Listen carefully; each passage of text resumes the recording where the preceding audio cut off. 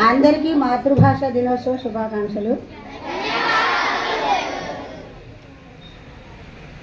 సాహితీ సమరాంగణ కవి సార్వభౌముడు అనే బిరుదు కలిగినటువంటి వాడు శ్రీకృష్ణదేవరాయలు. ఆయన ఆస్థానంలోకి ఒక పండితుడు వస్తాడు. అతడు ఎంత గొప్ప పండితుడు అంటే 8 భాషలలో మాట్లాడగల పాండిత్యం కలిగినటువంటి వాడు. రావడం ఆయన ఆస్థానంలోకి రాగానే కృష్ణదేవరాయలతోటి ఒక ఛాలెంజ్ చేశాడు. అంటే ఒక సవాల్ విసిరాడు. ఏంటి ఆ సవాల్ అంటే, మహారాజా, నేను 8 భాషలలో వరుసగా మాట్లాడతాను.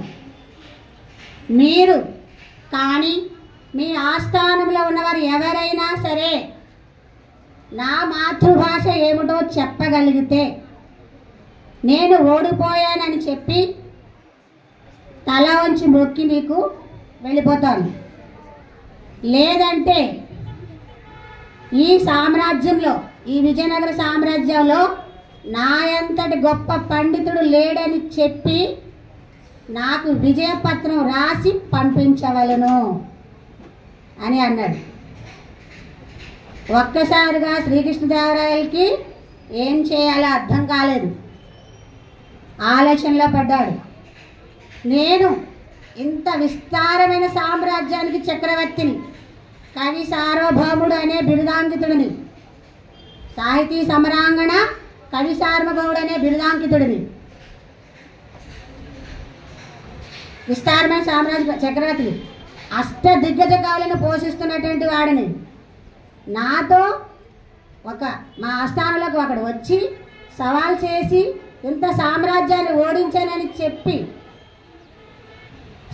ప్రశంసాపత్రం ఇచ్చి పంపించాలి అంటే వాడిని, ఇది చాలా నాకు అవమానం, దీనికంటే ఆత్మహత్య మంచిది అని అనుకున్నాడు.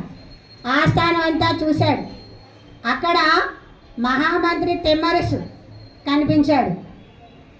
అడిగాడు, ఏమిటి ఈ భాష మాట్లాడినప్పుడు మీరు చెప్పగలరా అని అడిగితే, మహారాజా, నాకు 1-2 భాషలు మాత్రమే తెలుసు, మిగిలిన వాటి గురించి నాకు అవగాహన లేదు అని చెప్పాడు.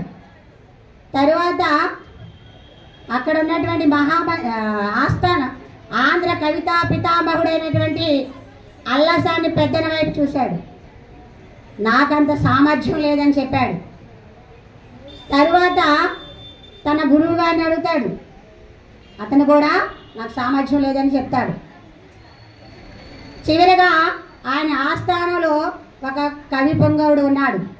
ఆయన పేరే తెనాలి రామలింగడు, తెనాలి రామకృష్ణుడు.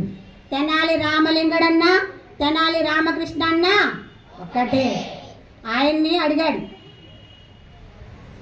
ఒకసారి విందాం ఏమైంది అని అన్నాడు. అతను ఏం చెప్తాడో విందాం ఏమైంది అని అన్నాడు. అతను మొదలుపెట్టాడు. మొదటిగా తెలుగులో మాట్లాడుతున్నాడు. ఎలా మాట్లాడుతున్నాడంటే, అతని మాతృభాష తెలుగేమో, తెలుగువాడు ఎలా అయితే మాట్లాడుతున్నాడో అలానే మాట్లాడుతున్నాడు. అతని భాష తెలుగు భాష అన్నట్టుగా మాట్లాడాడు.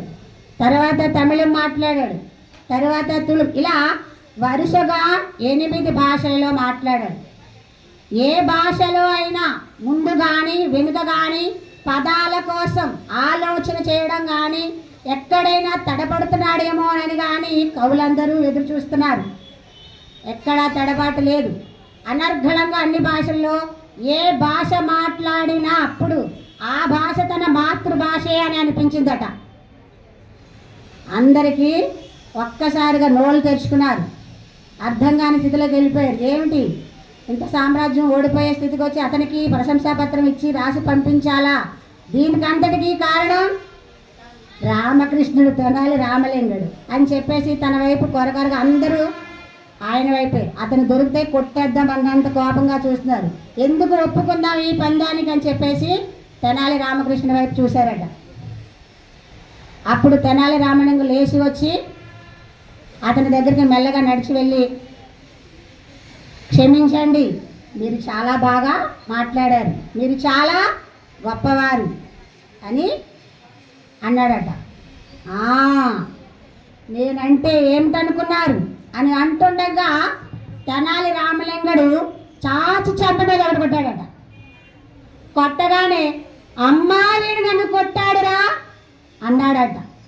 నీ మాతృభాష తెలుగు అని చెప్పాడండి.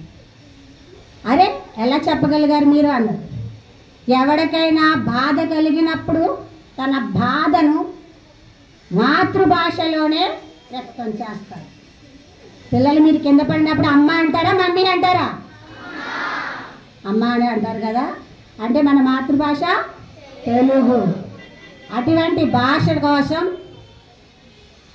మన గిడుగు రామూర్తి గారు సంస్కృతం గ్రాంధిక భాషలలో ఉంటే పండితుడు కానీ పామరుడైనా సరే అర్థం కాకుండా ఉంటుందని, పండితుడికైనా పాముడికైనా అర్థమయ్యే రీతిలో పాఠ్యాంశ పుస్తకాలను తయారు చేసి మనకు అందించినటువంటి గిడుగు రామూర్తి గారు పంతులు గారి జన్మదినాన్ని మనం ఈరోజు మాతృభాషా దినోత్సవంగా జరుపుకుంటున్నాం.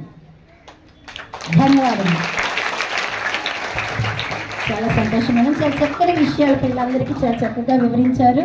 మరొకసారి మీ అందరికీ కూడా గిడుగు వెంకట రామమూర్తి జన్మదిన శుభాకాంక్షలు ఆయన తెలియజేస్తూ మాతృభాషా దినోత్సవ శుభాకాంక్షలు కూడా తెలియజేస్తున్నామా. ముందుగా ప్రోగ్రామ్ స్టార్ట్ చేసే ముందు గణపతిని మనం పూజించడం అలవాటు కదా, దాంతో మనం ప్రారంభించాం. మనం ఏ పనినైనా ముందు గణపతికి పూజ చేసి ప్రారంభిస్తాం కదా, అలాగే దీన్ని కూడా మనం గణపతి నృత్యంతో ప్రారంభిద్దాం.